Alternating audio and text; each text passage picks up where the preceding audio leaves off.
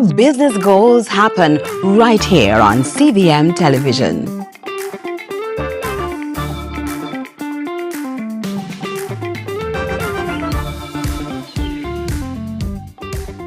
If you truly don't have faith in me, then I promise you it's over.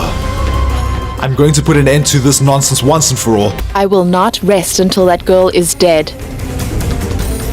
I'm still going to kill her tonight, no matter what. Here is your court notice. Who's the letter from? Sagar just sent me a notice to get Krishna's custody. Ganga. Brought to you by Hyundai or Hyundai.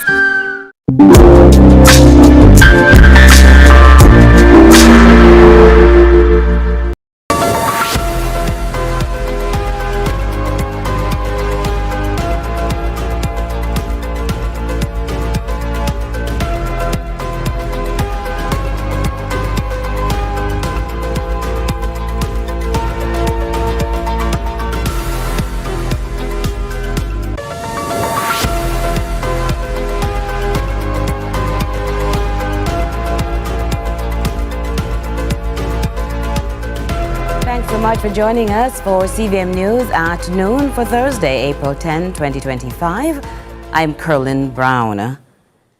The opposition members of the Constituency Boundaries Committee have written to the Clerk of the House of Parliament telling her she has misrepresented the decisions the committee made during its meeting on April 1. According to the PNP, the committee's decision was straightforward. It resolved to forward relevant documents to the ECJ and requested an update on the progress by May 31. However, the opposition members of the committee have taken issue with the clerk inviting the Electoral Commission of Jamaica, the ECJ, to attend a meeting on April 16 to provide an immediate update.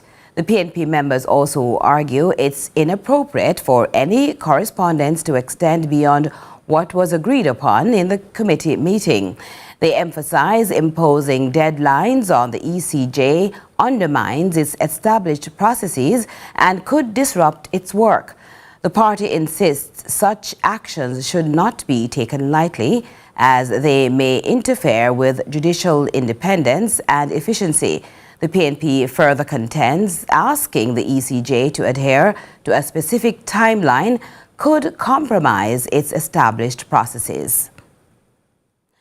A resident in St. Thomas is openly expressing dissatisfaction with the material being used on road repairs being carried out on Ponciano Crescent in Morant Bay in the parish. According to him, the work is a rushed job and seems like a political move. Just to understand that overnight that they have started to fix this road, but one observation, the mall quality is very poor. It's an inferior mall. It's more of a clay with mall. It's not the proper grade mall for this type of work. They have not prepared the road properly for one. You can obviously see that if you look, even a layman will see that there's no preparation. It's a rush job. We appreciate the road being fixed, but we want it fixed properly, and we don't want it damaged in 3 months. We understand that the latest on the road being fixed properly is that it is going to procurement tomorrow. So I find it strange that they are here today, the day before it goes to procurement, to come and put inferior mall in on this road. The police in Hanover say they recovered an illegal firearm and ammunition during an operation to raid criminal elements and illegal guns. Reports are at about 5:30 Wednesday evening. A brown shopping bag containing a Burst of Thunder 9mm semi-automatic pistol with a magazine loaded with 2 live rounds was found on an open lot in the Green Island community. Now, while no one was arrested, the investigators say they are in pursuit of 2 men from the community they believe are connected with the seizure. Green Island has been identified as the parish's most prominent crime hotspot. The police say operations will continue in other high-risk communities, including Logwood, Santoy, and Salt Spring. Opposition junior spokesman on health, Jesse James Clark, is once again urging the National Water Commission, the NWC, to stop distributing water he says is breaching the standard. Clark insists the NWC should hold operations in affected areas and carry out necessary treatment. He made the statement on CVM's lead story on Wednesday. So first of all, the bad water is being distributed. So let us get that abundantly clear. How? And explain how. And based on and I'm telling you. Yeah. So this is what NWC result is showing. So Yes. the results, they are broken down into source testing and distribution testing. And the water had extremely high levels of coliforms above the acceptable level at source. That means after you treat the water at the plant, you test it to see if your treatment worked. Yeah. They realized the treatment didn't work. And the water was still distributed. And when they tested in distribution, it was still above the acceptable limit. So my thing is, if the water is above the acceptable limit and you're still at source and you still distribute it, and something that you said that you left out that is very important, not only should they shut down and do all that, they should inform the residents of the affected areas about what is happening and what is causing the shutdown. And when everything is okay, they should inform the residents that it's okay now. They haven't done that. Yeah. So I'm saying they haven't I'm informed. not disagreeing with that point. I'm saying up to now, based on the testing done from the Ministry of Health and also NWC, they still have not told us the areas that have been affected or could possibly be affected by this, by the area service.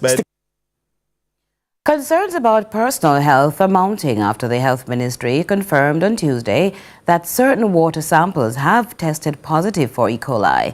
While they have urged the public not to panic, consultant medical microbiologist Dr. Jerome Walker says it's wise to take precautions. There are a number of factors that they have to take into consideration when saying whether or not the presence of the bacteria alone is something to be very concerned about. However, I don't see any harm in boiling the water, nevertheless, at this point in time, right? It is important that we always keep ourselves safe, right? And even though there may not be a boiled water order, it is important that you take into consideration that you're aware of this information and there could actually be contamination in the water. As Dr. Walker explains, various strains of E. coli can lead to gastrointestinal infections, diarrheal disease, and in severe cases, death. He also outlines symptoms to watch for. People should be concerned if they're having persistent diarrhea and if they have any signs of dehydration. So if their eyes are dry, if their mouth is dry, if their skin is dry, right? If there's lethargy or tiredness, and of course, they should be seeking medical attention if any of those things, persistent diarrhea, and if you see blood in the stool. Any vomiting? Is vomiting? Vomiting is something that can also occur. So some of the symptoms would be vomiting, nausea, diarrhea, abdominal cramps, and there may be lethargy and some of those other associated symptoms. Do stay with us. CVM News at noon. We'll continue with lots more right after this.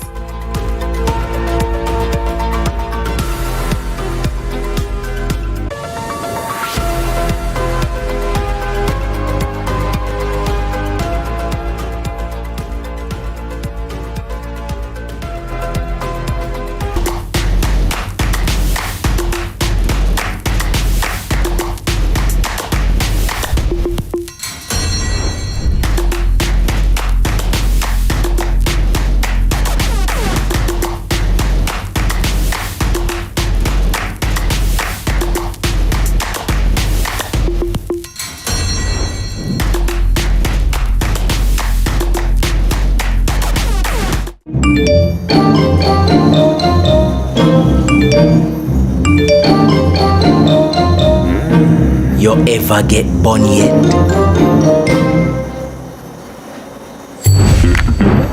Me not talk about heartbreak. Me a talk about the bun with full of spice, raisins, and the perfect glaze. Bun for bun. So you do it now. Yeah, I forget bun. This Easter, you have to get bun from Mother's Bakery. They're Feud's biggest fans. We love Y'all gonna have to get some fans. Join the club. So I decided to do something special. But it really matches his skin. which is scary. Family Feud. I look like a tattoo on this big Italian dude's chest. Brought to you by We Are the Caring Store, waiting to serve you. It's time to experience independent living. Visit us.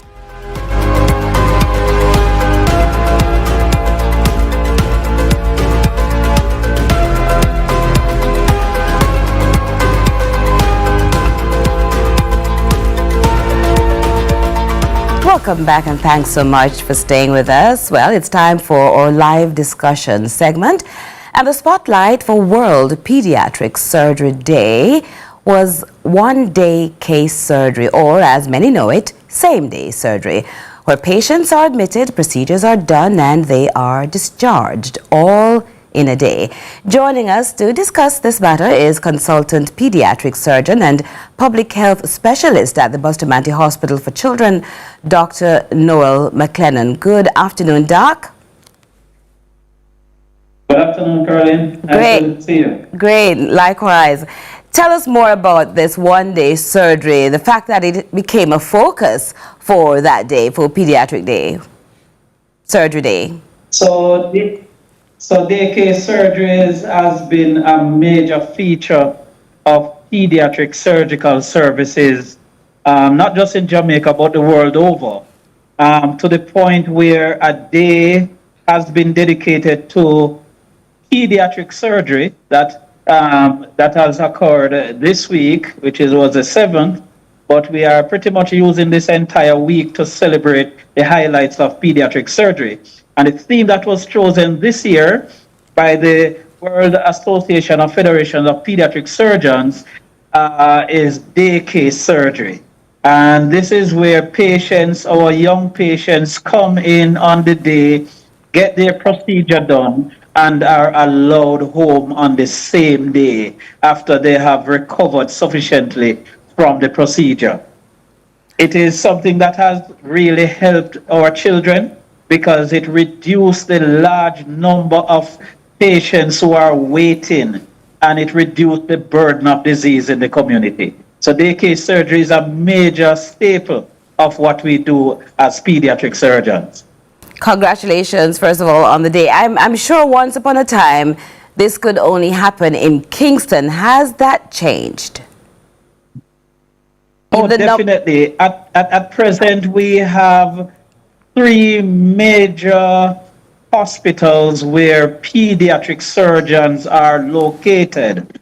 There are Bustamante Hospital for Children in Kingston, the University Hospital of the West Indies in Kingston, and the Cornwall Regional Hospital in St. James in the West. But also, we have pediatric surgeons who are working in the private sphere.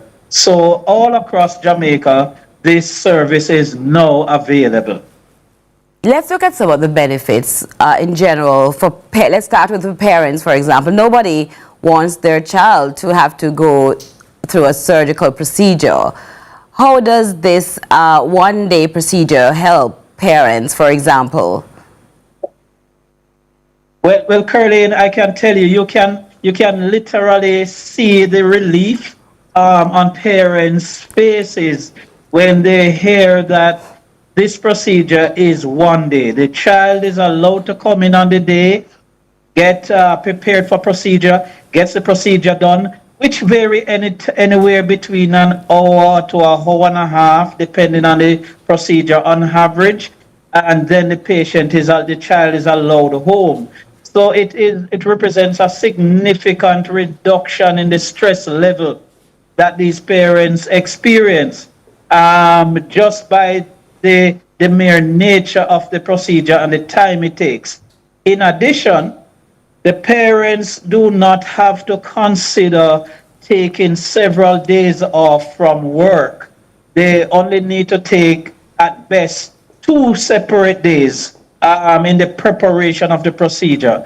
The one day would be to do a blood test and to have the anesthetist, that's a doctor who put the patient to sleep while we, the surgeons, operate, do their assessment.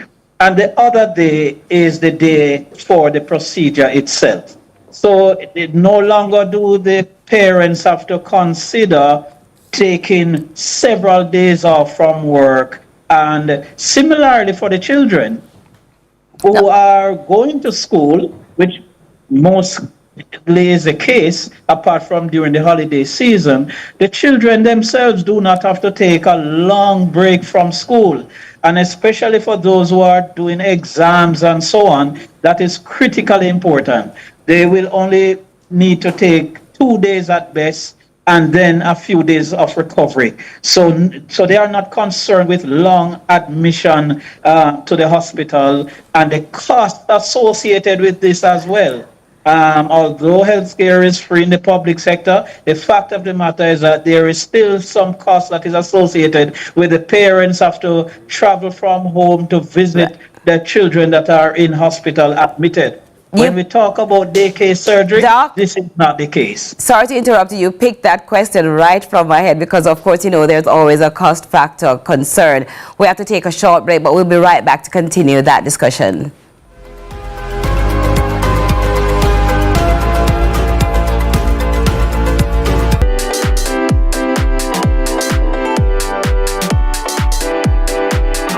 The time is brought to you by Ford Territory.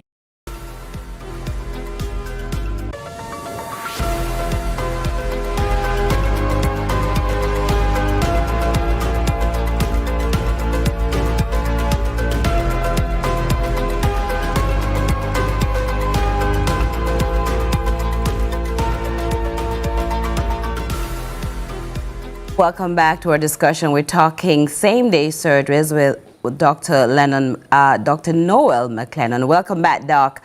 You were telling us about the cost factor. You know, I'm sure parents are happy about that, although there are hospitals where there's no charge. But overall, though, the economic impact is great, eh? Yes, Caroline. The fact of the matter is that given that parents only are concerned with coming to the hospital on the day of the procedure or on the day of the assessment for the procedure, then the cost factor is much reduced as compared to if they were to travel on several days to come and look for their children in hospital over an extended period of time. And we do have parents and children who are coming from remote areas of Jamaica, from all parishes of Jamaica to the various centers that I spoke of before. And so the cost factor is significant if you're going to consider just going to the hospital just 1 or 2 days versus several days per week. So that is not something to be underestimated. Of course, not all surgeries can be done on the same day. Can you give us some examples as to what surgeries, what procedures can be done on the same day? Yes. So the vast majority of surgeries that we do on same day include hernias, groin hernias, or otherwise called inguinal hernias, umbilical hernias, or otherwise called navel hernias, circumcisions, undescended testes in boys, because there are some boys who are baby boys who are born where the testicles do not come all the way down to the scrotal sac where they belong. And so having been assessed, they will need to be surgically brought down. So those qualify for daycare surgeries as well. A vast majority of lumps and bumps, those are varying diagnoses or pathologies. Those also qualify for daycare surgery as well. And there are some assessments that are required for some bigger surgeries. For example, just to give an example, a rectal biopsy, a biopsy of the colon, for a little piece may be taken.